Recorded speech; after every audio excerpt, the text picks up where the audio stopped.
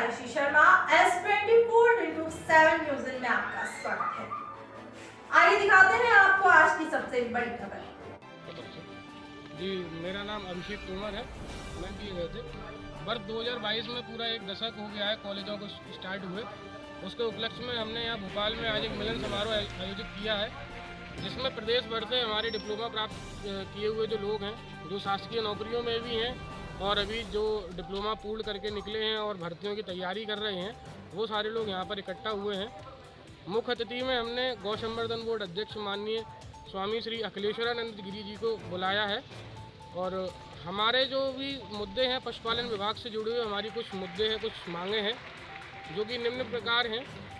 पहला जो बिंदु है वो यही है कि मध्य प्रदेश में डिप्लोमाधारियों के पंजीयन के लिए एक संस्था बनाई जाए, जिससे कि पशुपालन के क्षेत्र में हम लोग अपना स्वरोजगार कर सकें और पशुपालकों को निजी तौर पर स्वरोजगार के माध्यम से उनको इलाज उपलब्ध करा सकें।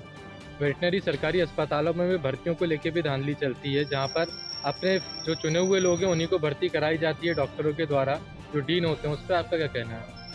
सर, कहीं ना कहीं ये बात आपकी सही है। हमारी जो भर्ती प्रक्रिया है उसमें जो जीएडी का नियम है वो ये कहता है कि अनिवार्य न्यूनतम योग्यता जो है वो 2 वर्षीय डिप्लोमा कोर्स होना चाहिए, यानी कि उसके अनुसार जिसने डिप्लोमा कोर्स किया है केवल वही भर्ती में शामिल होगा।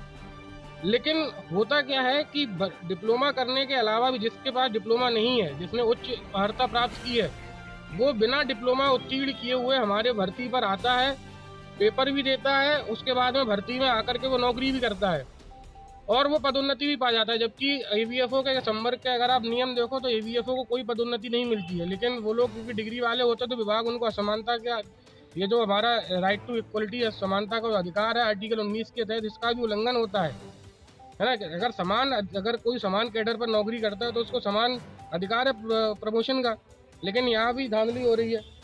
दूसरी बात, हमारा जो एवीएफओ का पेपर सेट होता है वो एनडीबीएसयू यूनिवर्सिटी या वेटनरी के जो टॉप के जो यूनिवर्सिटीज़ हैं उनके द्वारा ही सेट होता है, तो वहाँ पर भी कहीं ना कहीं उनको एक बेनिफिट मिलता है। जब डॉक्टर ही पेपर सेट करेगा, डॉक्टर ही पेपर बनाएगा, डॉक्टर ही पढ़ाएगा, तो निश्चित तौर पर जो है कि डिप्लोमा वाला जब पेपर देगा तो कंपटीशन में कहाँ से आगे निकल पाएगा। अभी कल नेताजी सुभाष चंद्र बोस की 126वीं जयंती है। पूरे देश भर में उनके विचारों को याद करते हुए ये तीनों संगठन, all India MSS, all India DYO, all India DSO मिलकर अलग अलग जगह पर आयोजन कर रहे हैं। उसी कड़ी में यहाँ आयोजन हो रहा है। सर, जयंती में कितने लोगों के आने का? मतलब इस तरह के छोटे छोटे प्रोग्राम भोपाल में अलग अलग जगह पर हो रहे हैं।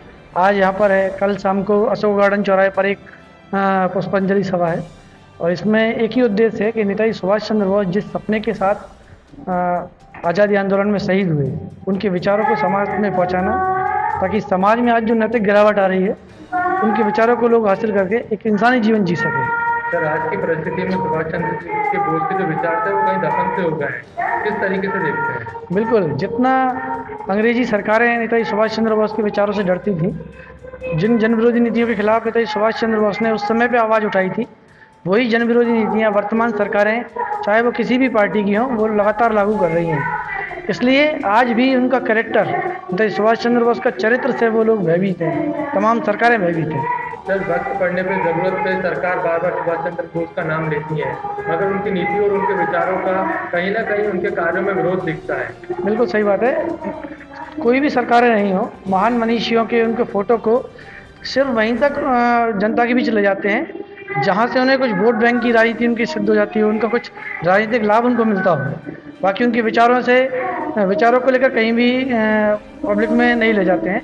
और बड़े बड़े आयोजन हम देख रहे हैं, कल भी होंगे, आगे भी होंगे, लेकिन विचारों पर चर्चा कहीं नहीं होती है, सिर्फ अकेला फ़ोटो को लेकर बात होती है। उनकी जो राजनीतिक विचारधारा थी, गैर समझौतावादी जो तरीका था, किस तरीके से अन्याय के खिलाफ लड़ने का रास्ता उन्होंने दिखाया, उस पर कहीं भी चर्चा नहीं होती आज। बिटिया की शादी हो या बेटे की बारात, बर्थडे हो या सगाई की रस्म, मेहंदी हो या हल्दी की रस्म, उबटने से लेकर वलीमे तक, फलदान से लेकर रिसेप्शन तक, हम रखेंगे आपका ख्याल। ऑल इवेंट्स कवरेज के लिए आज ही कॉल करें 9669530217। मैं आयुषी, अब मुझे दीजिए इजाजत, अगली बार फिर मिलेंगे बड़े खुलासे।